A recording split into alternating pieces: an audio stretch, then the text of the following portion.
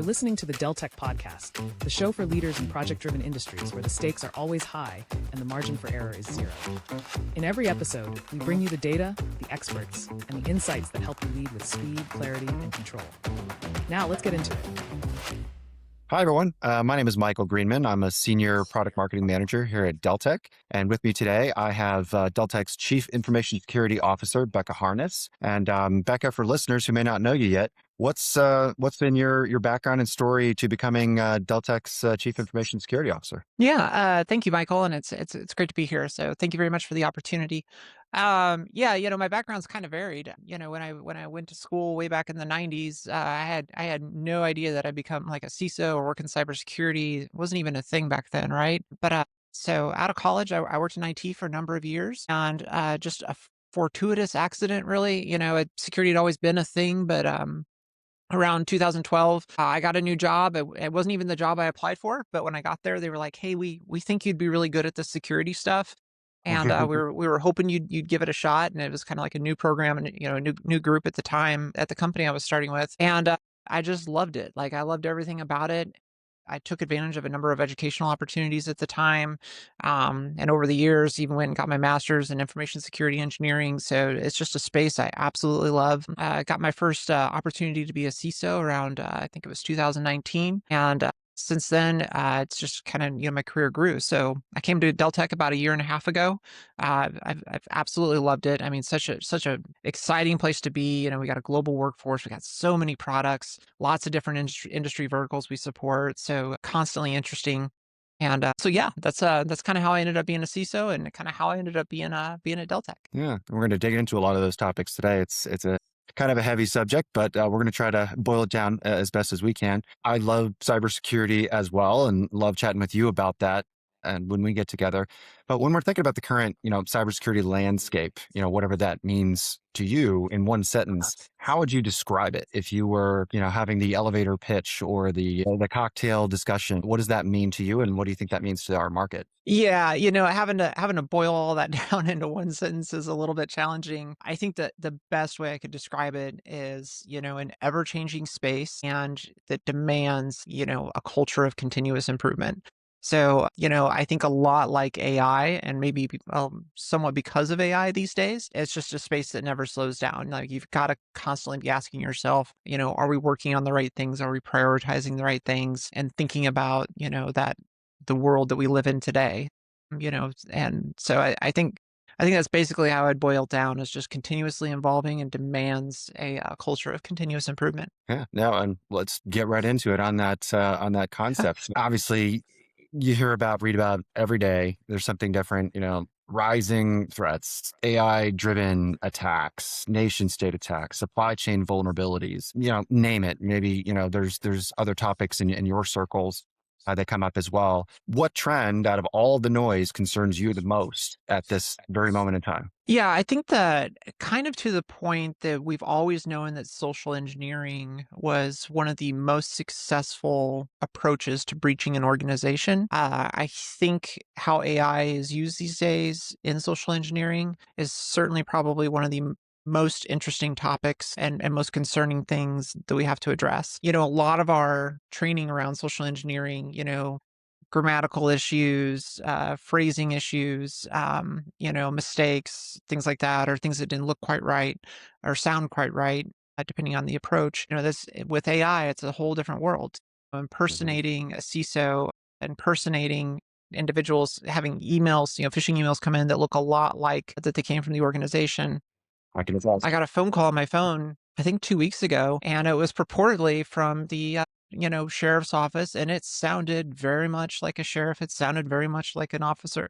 Like, everything was legit, or sounded legit, but it certainly was not. And it certainly was built by AI. I mean, it was just a different approach than I think what we would be used to. So I think as we see AI natively integrated into products, we see that practical implementation of AI into products, and then how people use that and leverage that, that introduces all kinds of new security challenges because AI is most valuable when you can connect it to knowledge sources and kind of bring a lot of things together. So whether it's coming from the AI's utilization of how's it used by attackers and threats of coming into an organization, or how does an organization govern it when you're probably connecting many sources from different vendors, different partners in order to use AI with in-house. I think, it's certainly probably driven a lot of the conversation internally over certainly the last year, if not longer. Yeah. And what's the tell on that? I've got young daughters, and I've gotten invited to do one of those guest teacher things before. And I've talked about cybersecurity in general, very, very much more basic, talking to kids. And what I said was the tell is always the urgency, right? If somebody wants Yeah. you to do something quickly, is that still true? Is that what you see? Is that the common understanding? I think that's still true. And that's probably the saving grace right now. Is it's Yeah. like, am I being asked is there a sense of urgency?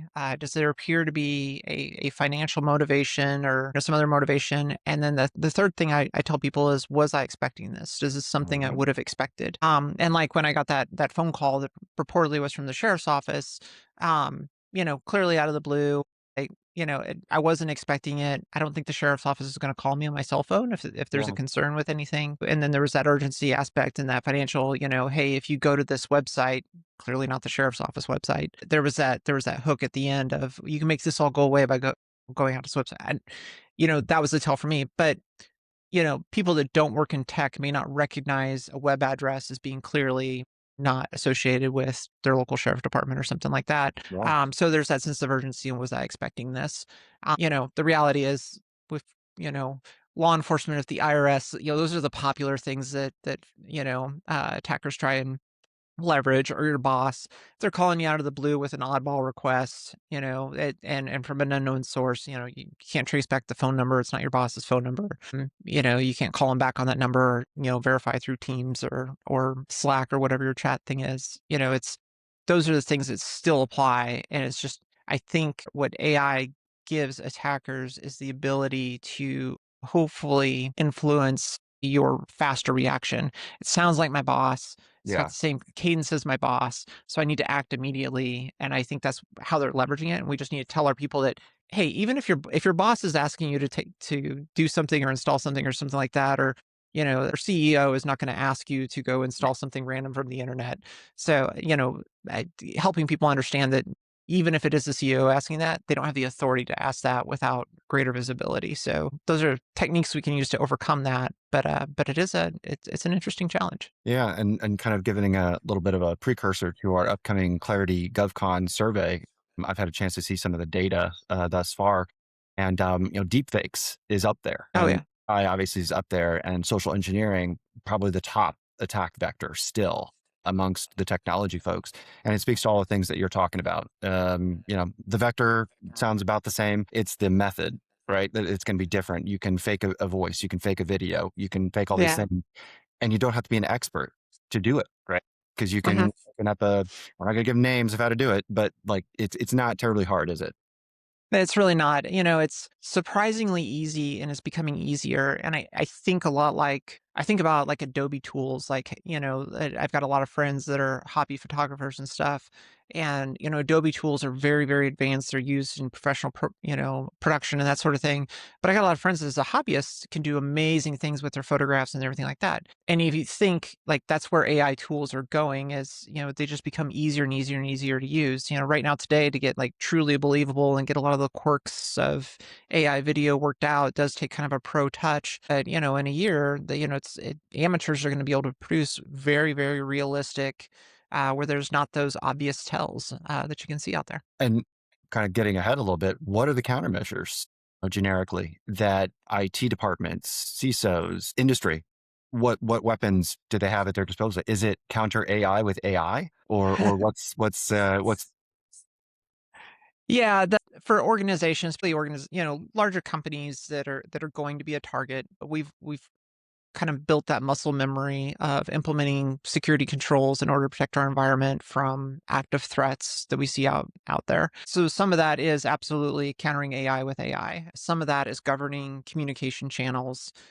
into the organization, to send an email to a large organization like Deltek or really any others. We do a number of checks to ensure it's coming from a valid source. It's been out there for a while. I mean, we even detect if a recently registered domain, that sort of thing, or what's the reputation of that domain. We've got a lot of controls in that area. And then of course there's using that AI. So scrubbing through emails with AI first of what we might see out there or anything like that. And then there's just communication channels controls. So much of our communication these days is done through Teams and Zoom and those Mhm. type of things, not necessarily, old school phones. And so we're able to control what organizations do we interact with, in what way do we interact with them.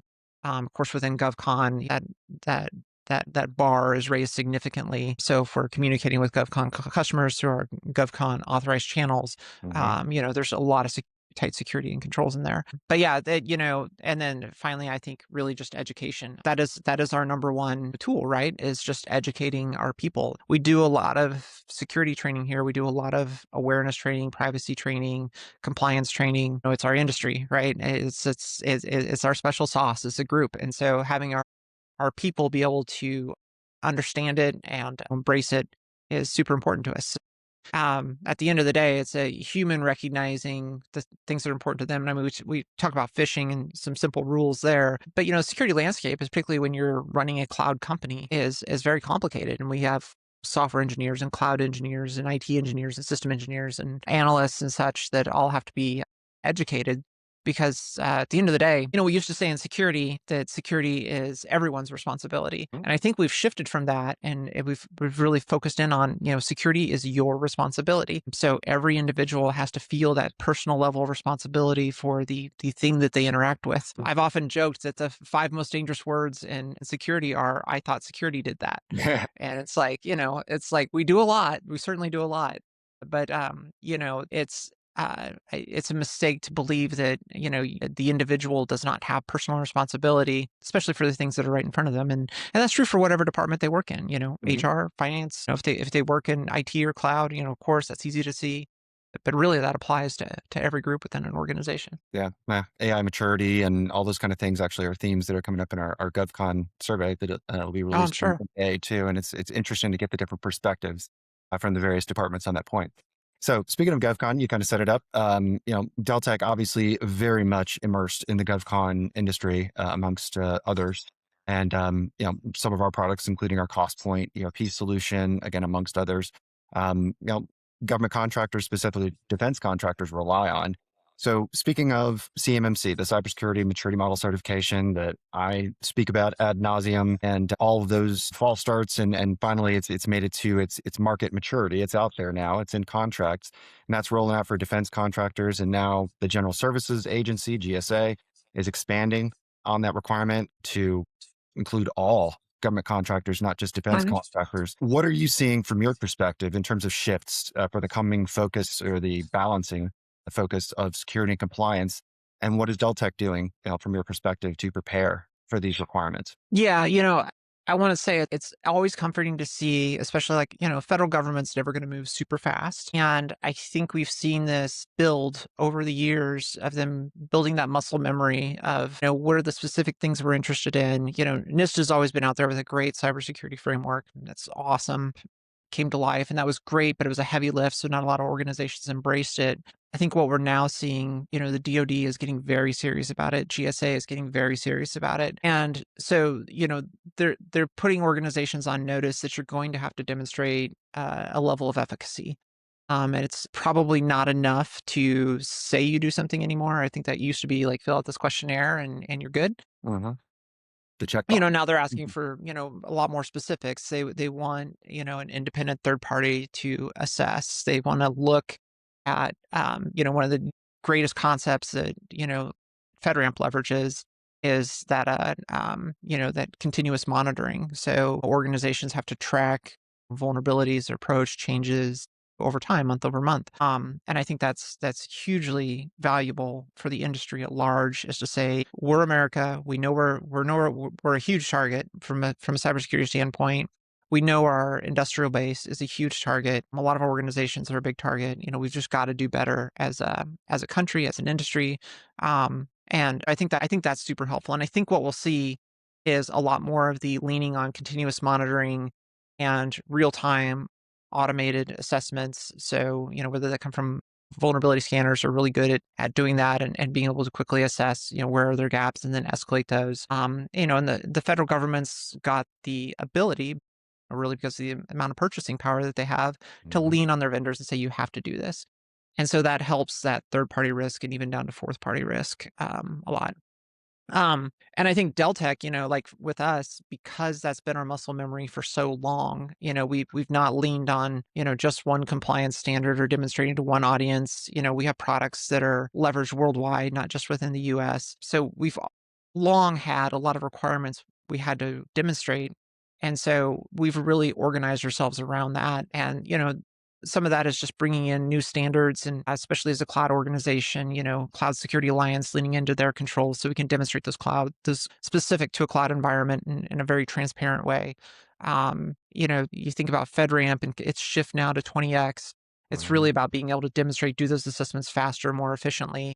And you got to have an organization that can respond to that. If your Yeah, assessment is a year resilience. long, that gives you a lot of runway to do stuff. If your assessment is real time and you got to lean into that continuous monitoring thing, like it takes an organization that really knows what they're doing to get that across the line and to maintain that year over year for years at a time. So I think that's what we'll see out of a lot of big companies, especially ones like ours, where we know we have a lot of companies counting on us. The software packages we are really kind of critical to their operations, right? So we've got a huge responsibility that we understand, that we've long understood. So it's continuing to build on that muscle memory that we've developed over the years. Somewhat fortunate, we got an awful lot of really great people to help execute on that. So it's Yeah, helpful. yeah. That team is very important and having that depth too. Yeah, oh So yeah, wanted to dial in on checkbox compliance. It's a yeah. kind of a term that's thrown out there. I've heard you say that before, and I've heard other people in the industry talk about that.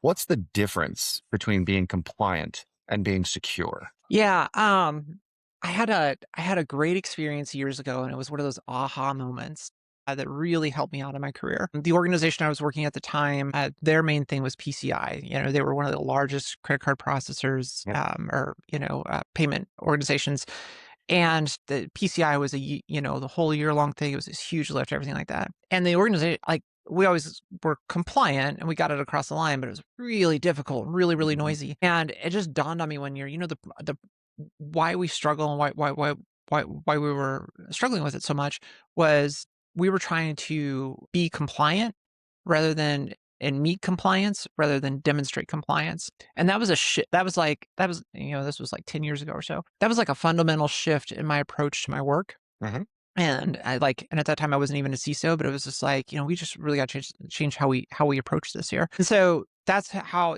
fast forward all these years, now I'm at Deltek and such.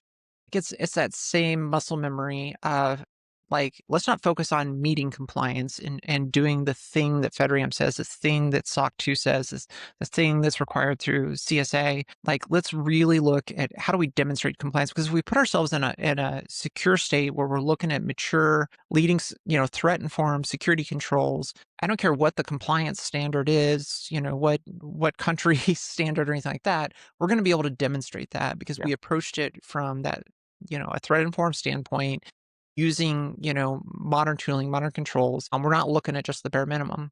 And I'll give you an example. I'm going to go back to one of my favorite topics is phishing and email security, because I'm an old school email engineer. That's how I got my start in the world. So I tend to always go back to that for an example. Oops.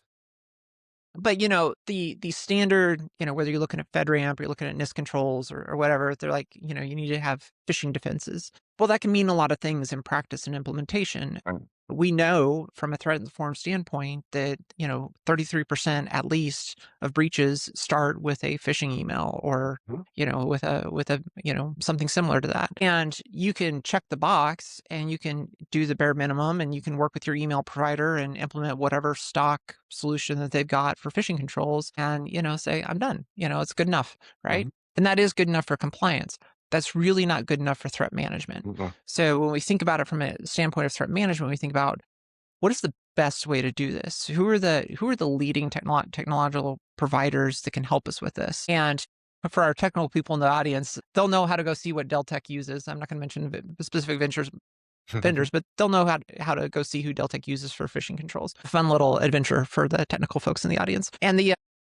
And so that's kind of our approach. It's like, okay, how do we work with them? How do we partner with them? Like really, and that's probably one of our, when we think about from a security tooling standpoint, one of our closest partnerships, and how do we track maturity and ensure that we're constantly evaluating, are we doing this in the best possible way? And that's been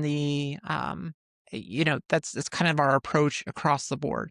Like, how do we work with like leading partners out there? And I like to say, we're not looking for the most expensive solution. We're looking for the solution that provides the best value. That doesn't mean the cheapest. That doesn't mean the most expensive. It's just really the best value. Wow. So we'll work with independent voices to kind of identify who are those folks out there that we should be using, because internally we take our responsibility to protect our customers and our employees very, very seriously. And so we who we partner with and ensure that we can demonstrate that. And taking that approach means when whatever phishing control comes up, like we're doing it in the industry leading way. So we're very confident that even if a new requirement comes up on phishing defenses, we're going to be able to demonstrate that nearly immediately because we've long ago thought about that, because we've been tracking, working with it in a through a lens of threat informed versus just meeting whatever the compliance standard of the day is. Yeah, and obviously, like you mentioned, that evolves, and that's going to be the big, I think, shock aha moment for a lot of these government contractors, is that they'll spend the money, do what they got to do to get compliant now, and then just kind of set it and forget it. And that's not how security works, right? It's really not. Yeah. I always call it security whack-a-mole. I don't know if you've got a better analogy, but that's typically what I'd say. There was it was kind of funny in the security industry. There was I think it was a meme floating around LinkedIn for a while, but it was like, every company with a major breach in the last 36 months has had a SOC 2 audit, successful SOC 2 audit. And I think that just says a lot, right? Like that SOC 2 is not going to not protect you from It's a an breach. indicator, but it's not. Yeah. It's like that's table stakes. Doing the bare minimum, that's great, but you really got to be operating at a level well in advance of that. So kind of naturally leads to the question, what is the common mistake that organizations are making when they're building or scaling out their security programs? So I think one of the biggest mistakes is approaching it from, I'm going to do everything myself. I'm going to build the teams. I'm going to build my own. I'm going to have a big cybersecurity center with huge screens and blinking lights and all that sort of thing, and which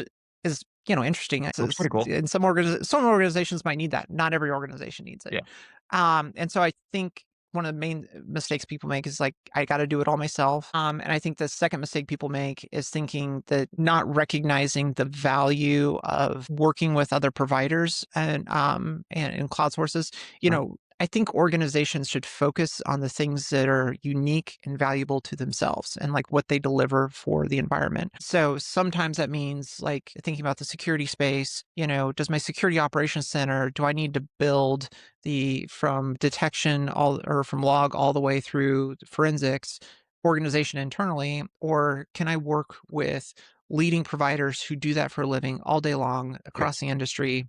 And they're the experts. They're the experts in the tooling. They're the experts in the forensics, and how do we work with them and have them partner with folks internally that can then turn their attention to, instead of, how do I do all the right detections for a Windows laptop? Well, my partner can do that very, very well. But like for my people, it's like, what do we need to be doing to protect Deltek's products? Because those are the things that are uniquely valuable to us, and we have the unique expertise to really focus in on. We can't outsource, that type of interest and that type of expertise to a third party.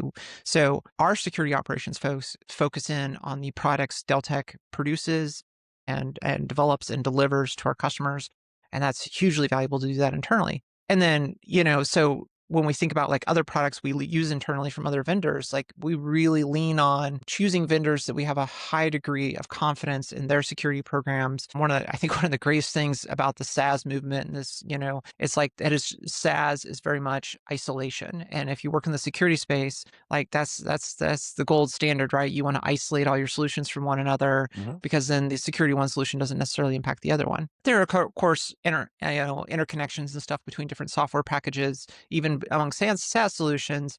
But when you're working with really great vendors, and we've seen this, with some great vendors recently, where even among APIs, like they're paying attention, and if they see trouble from a smaller partner with an API, they'll shut that down, even if it impacts their customers, because they have a really high level of efficacy in protecting their customer base. And that's the type of thing like we strive for as well. Is it's like what are the things that we can do to really go next level in protecting our customers, and again just kind of coming back to the what our products do and the role that they play in our customers' organizations. We gotta we take that responsibility very, very seriously, and so we want our people focused on that. And so I think that's a lesson for any organization out there: is what are the things that are uniquely valuable for my people, my employees to do, and then what are the things that are less uniquely valuable where I can partner with a third party to take over that function and probably deliver it at a much higher level of efficacy than I could internally. Yeah. So it's layered, right? So, Deltek Right. is known for being a leader in project-based software, right? Not Yeah. leader in advising you on your security stack. So Right. we secure our stuff, and other providers, other external entities have to show that same level of diligence, right? And Right. so, kind of honing it into a big part of Deltek's customer base, government contractors. These could be businesses that started last week, could have 5 people, could have 500 people, could have been in this industry a long time, don't really focus on security. They make a screw or a widget or paint or something that's by itself not super critical, but as a part of a larger ecosystem is Yeah. insanely important in what CMMC is meant to protect, in this whole government push towards like unified, solidified baseline of protecting controlled unclassified information and other sensitive data. So Yeah. with all that in mind, what makes securing this customer base that's just like, look, I want to have government contracts. I like making money. I'm in business to make money. I'm really good at this skill or this trade or this thing that I do as a part of an entirely huge industrial base. From your perspective, from Deltek or your personal perspective, what do you do? What's the best advice there? And how do you prepare those folks that they're not in it to do this? Yeah, I think this is where, coming from Missouri, Missouri is the show me state. And I think this is where coming from Missouri kind of like, is of benefit. If I'm thinking about these organizations and whether they're like just, a startup with a handful of employees, or they're in the SMB space, maybe up to 500 employees, or like a full enterprise space, the thing that I keep coming back to is show me. It's like, help me understand, your approach to security. If you in acquiring any solution, whether it's an ERP solution like we sell, or something you're going to use to manage your Salesforce, or to manage whatever, you're going to see a fair bit of stuff on companies' front-facing websites. And you might if you talk to an account executive or something, I'm sure they've got a slide or two on security and whatever, and that's great. That's good to set the stage and, It can get help you an excited, individual doesn't it? understand. Yeah, yeah, exactly. But then it comes to like, all right, how transparent are they? And I that's where like the idea of a trust center comes into place, Mhm. and I'm gonna plug it because like it's Please literally one of the do. greatest things we've done over the last year. It's a great accomplishment. We set up trust.deltek.com not as a marketing site, but as a place where our prospects, our customers, can go and immediately access security information. We leaned into Cloud Security Alliance, which is very transparent about, these are our cloud security controls. A lot of other organizations our size have done. So, if the customer asks that, when they're working with their account executive, or, CSM or whatever, and they ask that next question of, well, how can I go see this for myself? How can I review this myself? Show me the receipts. Yep. And we've got that trust site set up, and they can go out there and they can download all that. And so they can see things like SOC 2, they can see security control, CSA questionnaires that really document them at a granular level. Several of our products have ISO 27001. You can see that we're managing those controls effectively, not just demonstrating them, but also managing them effectively. Yeah. It's like the next level. Folks can work and get our, our FedRAMP package for those that use our GCCM solution with CostPoint. So those are things that I think that they should really be asking, questions that, you know, if I owned a business and like, if we were just a manufacturing organization, be like, I don't want you to just tell me that you have great security. I don't want to just see your marketing slides. Trust me. I want to see that you're transparent about it, that you're open about, what you do. Years ago, I know some organizations out there still do this. There was this thing of, well, we can't tell you too much about our security program because it's confidential or something like that. That's not how security works anymore. Like we are an industry of openness. When somebody says, and there's an old joke about encryption. It's like, companies would brag they rolled their own encryption standard. And it's like that is the exact opposite of what you'd want to do. You use these open standards because the world's tested it, tested them and, they've been open to breach and nobody's been able to breach them. So use those open standards. And we're, same thing with security. We're very open about how we demonstrate security, the type of things that we do. And we have that all out of the trust center, and any customer prospect can log into it and see for themselves. And I think that's where you want to be as an organization. You want to reach that level of confidence where hey, we're we can demonstrate this, we can be transparent about it because we have a level of confidence and our approach to things.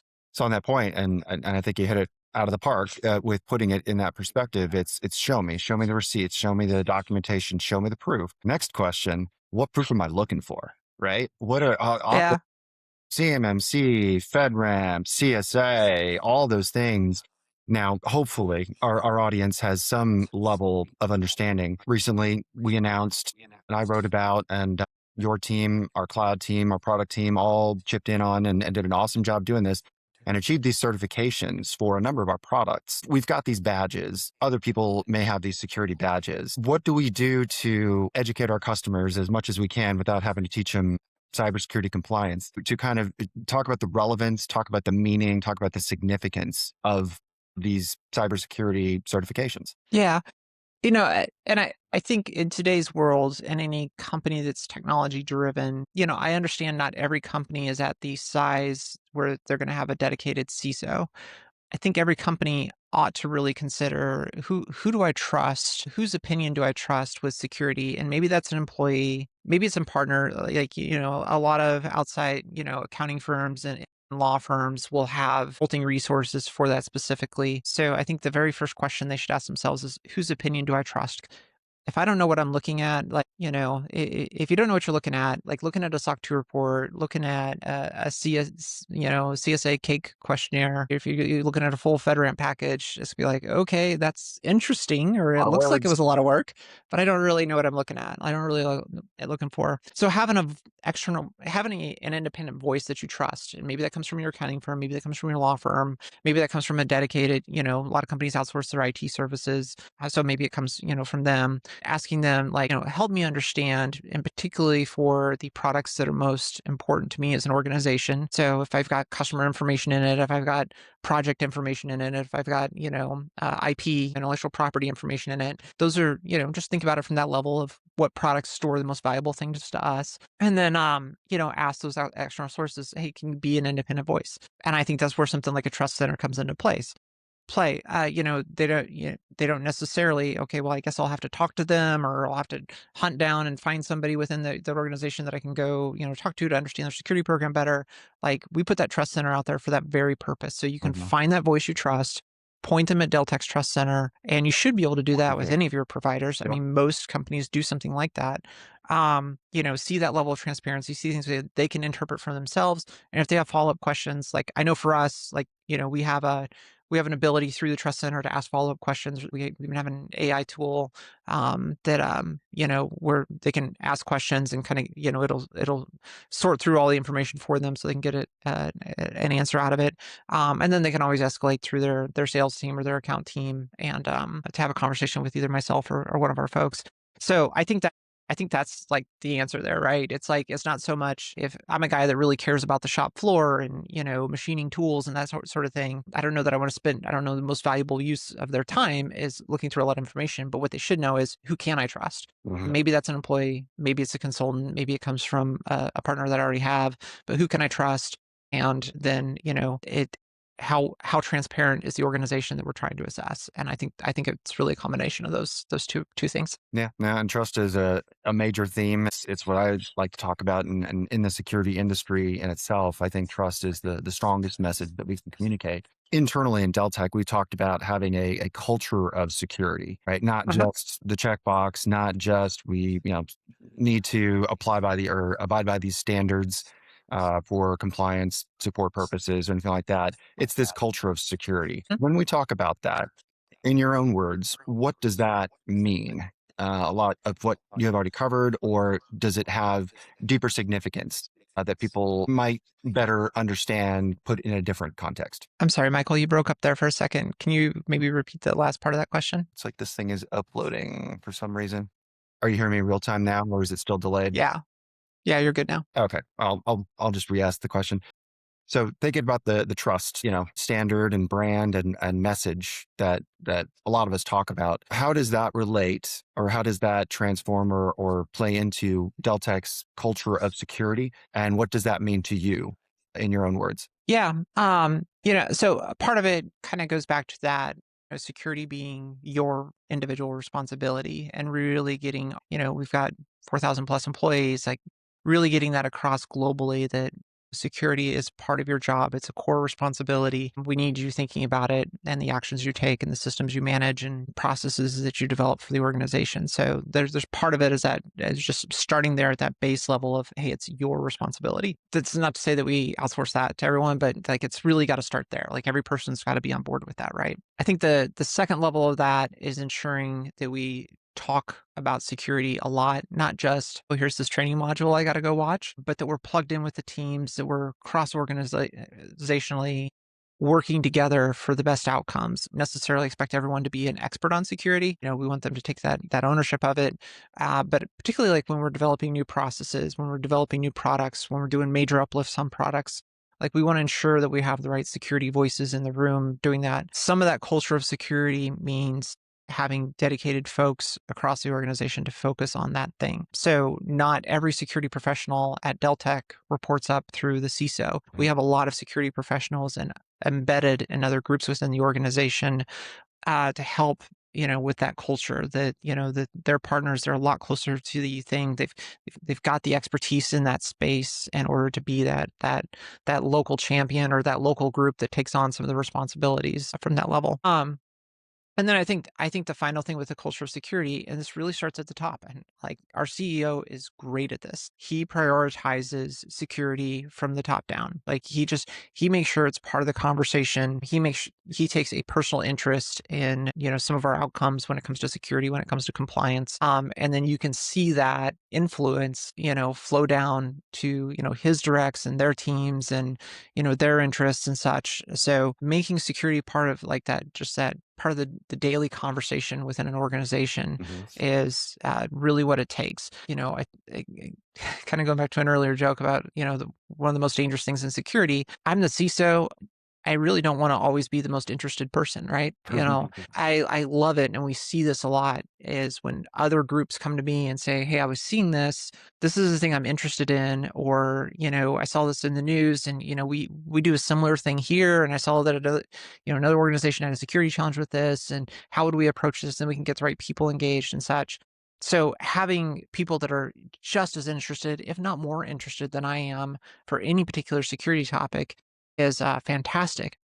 And that's true across our security teams. That's true in really many pockets within the organization. AI, we talked about that earlier. Of course, every organization in the world, every product company is trying to integrate an AI, right? Like it's Yeah. just part of the story there.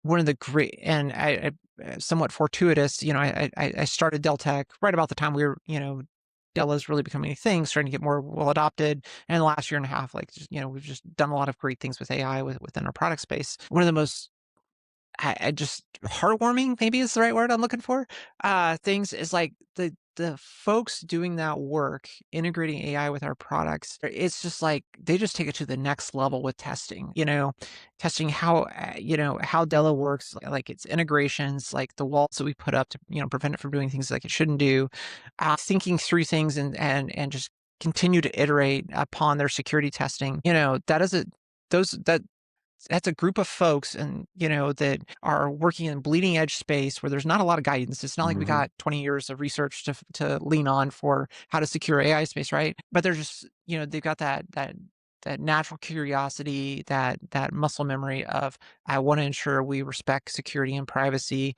as we're rolling out these things, and they constantly challenge themselves on doing that in more effective ways and developing new techniques in order to maintain that level. And that's what you need. As a tech company, you've got to have that type of culture where it comes naturally Yeah. to your software engineers, your product managers, that, security is part of that conversation. And, it's not only just not a thing in a long list of check marks that they have to check off, but it's a thing that that they prioritize. And it's, well within their top 5 of concerns as they roll out new products, new technologies, or updates to our systems. Yeah. And on that, kind of point of everyday decision making, that muscle memory, that baked in culture. Speaking of AI, kind of pivoting to that, when it comes to that everyday decision making, everyday direction, goal, driver, when it comes to AI, artificial intelligence, the governance, the modeling risk, preventing unintentional data exposure and workflows. I guess, as you said, this is kind of like in motion, right? There's no standard that you can look back at and look at best practices. We're doing it as we go, but we're being responsible. Won't put words in your mouth. What, from your perspective, is your team and, your guidance on how we can implement every day? And for people watching this, how can you implement this culture, everyday decision making, intentional security, cautious into this new world of AI? Yeah. Yeah, it's a tough question, because it's evolving so fast. So, if I take 3 months to put together talking points about how to secure AI, in 3 months the world's different. Like it's almost irrelevant at that point, right? Like it's changing so fast. So when we think about like how do you do internal AI governance in this world, one is like listen to other sources. So have it kind of goes back to those trusted voices, like and we have those here at Deltek who third parties we pay attention to. That could be a podcast. That could be consultants that we work with. There's a consulting group we work with in security that's just they are at bleeding edge and they pay attention to this stuff, and they have the time and the resources in order to help with governance models and help with security risks around AI. And so part of that is just recognizing that, look, the world is shifting, and just like we had a shift to mobile, a shift to cloud, a shift to the internet when that came about. This is one of those major shift points where we have to cautious but move fast. Mhm. And a part of that is setting up, who are the folks internally that we can trust with AI, trust with governance. What are the type of steps that we can put in place in order for that let's call it responsible adoption of AI internally. I think like a lot of organizations, we tried to develop some governance processes, and it was like, hey, it feels too slow, or we're doing too much, or there's too much to process. We're at a point now like we got our muscle memory down. Like we know how to onboard a new AI tool, how to onboard new AI functionality into internal tools and processes. So we got a lot of steps we go through for security reviews, privacy reviews, compliance reviews, legal reviews, IP reviews.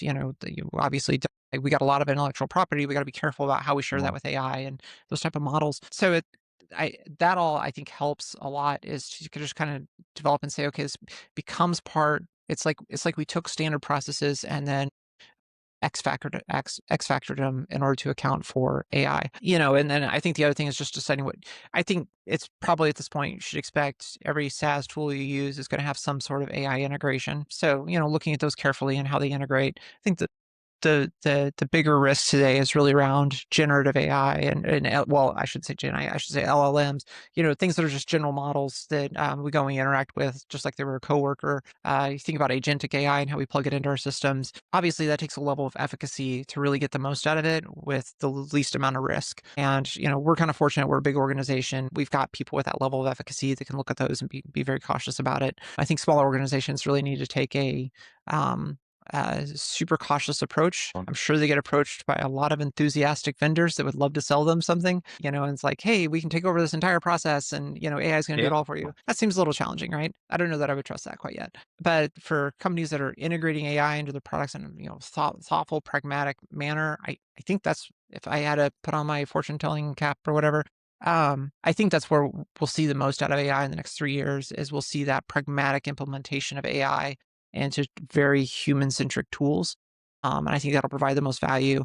I think, agentic AI, of course, provides a lot of value in very well-defined processes with well-defined outcomes Mhm. or that we expect. It's kind of like automation, plus one. But that I think that, for most organizations, it's like, how do I leverage AI capabilities that were thoughtfully implemented into the tools that we use every day in order to do the special thing that we do for the world? And from a governance, risk, and compliance and information security perspective, is there a control framework? Is there a rule of thumb that average government contractor, average business should look for, should ask for?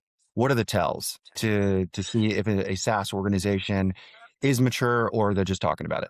Yeah, that's an evolving space. We're seeing some specific testing come out of ISO, which we're looking at very, very carefully around AI and AI implementations. That's probably going to be the leading voice in the coming years because ISO is very good about it's not how am I doing these point in time security controls, but really, what are the management techniques I have in place for these controls, for the implementation of AI or whatever. So I think ISO is a really good voice for that. I'm sure we'll see other organizations pop up. But again, it's like how things that like I would always ask an organization, how long have you been doing it? Poke on a little bit. How are you all testing this? And what are the guardrails that are in place to Mhm. ensure it's not going to do something that I don't want it to do? But then also ask the value you're going to get out of it. Like at the end of the day, at my very first job in IT, my boss had a saying, we do not sell technology because it's cool. And I think that's very true about AI as well. It's like, okay, that's cool, but what value does it bring? Does it save my people time? If it saves my people time, time is money, right? So that's really where the value comes in place. Wow. That it goes off and does all these little things that I never really asked it to do. Right. Like that's cool. I don't know that it's valuable. So I think that's probably the the the bar that I'd make vendors cross before I start integrating it into my environment. So like outcomes focused, Yeah, those very kind of much, things very much so. as the Yeah. industry is evolving, right? Show me what it does. Probably, having a trust center out there and disclosing, look, this is what we've done as an organization is also a good tell. Security in general, in your opinion, and this might be a softball, what is your thought on how that's a competitive differentiator for SaaS companies this day and age? Yeah, I think very much so. Like the very last thing anyone wants to be in is disappointed with purchasing a product. Technology is expensive. It generally comes with, some sort of term, 12 months, 36 months, whatever attached to it. So the very last thing you want to be as a purchaser of technology, and my group purchases a lot of technology, is where you have you regret that purchase. So again, there's lots of companies out there that want to sell like the latest and greatest, the AI thing or something like that, and it does all these amazing things. But I think from that standpoint, just be very cautious about. Again, it goes back to value. Like, what Mhm. real value am I going to get out of this? And then it's also true with like existing tools of I think early days of AI, there was a lot of companies did implementations that were fast and did some cool things, but maybe the efficacy of it wasn't great. But Got we've it. seen so much improvement across a lot of major vendors recently around how they've implemented AI or integrated AI within their tools, and I think that that AI integration is where the real value is. I think we're seeing that in a lot of tool sets, and it's like every day things get a little bit better. I guess to sum that up, it's like that. I don't know that I want to say cautious because it feels like I'm saying slow, and I'm not really saying slow. I'm just saying like take that pragmatic approach of looking at value and recognizing, am I going to regret this decision in 12 months, or does this feel like something that really adds value to the day-to-day life of my people and my company? And I think that's probably the best way to put that. Okay. And to kind of close this out here, Mhm. choose your own adventure. If you were to have an audience with all the government contractors having to deal with all these compliance regimes, you know, expanding and really like industry redefining technology improvements, including AI, including, what is going to come next. What if you had a chance to talk to him, give him, a quick summary, a quick, like, everything's going to be okay. What advice would you provide? I think there's a lot of concern, especially as fast as technology is moving today, and especially with AI, and especially some of the statements that we, hear out of some of the major AI providers out there of, the world's going to shift. Nobody's going to need my thing anymore. What I do anymore. The only jobs are going to be, plumbers and electricians Yeah. and such. Maybe I'm an optimist, but I think the human element really still adds a tremendous value. And so I think the real competitors in the world 10 years from now will be those that used AI as a tool to assist their employees, their everyday employees, equipping them again with thoughtfully implemented pragmatic AI solutions to really accelerate their workflows, maybe to make their work less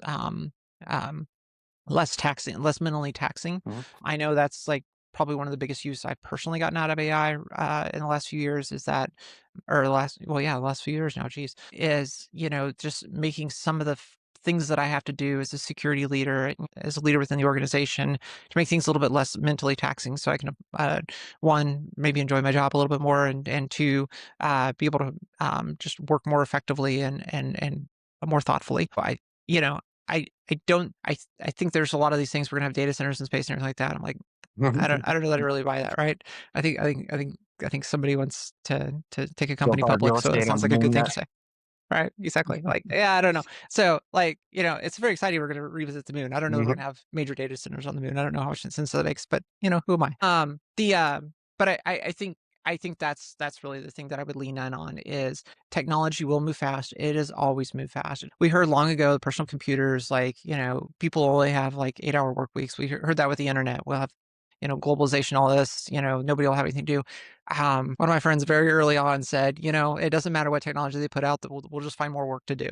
And I think that's very true. So I think certainly careers will change. That's always been true. Certainly what we need people to do will change as we see, whether it be robotics or AI or whatever, those things will change. But I think humans are great. Like we just have that aspirational thing about us. We'll find more to do. Like we'll find more to create or more to manage. And so I don't think the sky is falling. I think things are just continue to get exciting. And that's the good thing about being human, right? Yeah, the opportunity, right? That's what Yeah. compels us all. And so, yeah, this has been a great discussion about technology, about compliance, governance, and it's just tip of the iceberg, I would imagine, the Yeah. things that we could all talk about. But I appreciate your time and your opinions and your feedback today, Becca. I know this has been very, very important and very helpful to the audience of this podcast. So thank you again for your time and thank you for all you do. Yeah. Thank you so much, Michael. It's been a pleasure as always. And I very much appreciate the opportunity to share some of these thoughts with our audience. So thank you.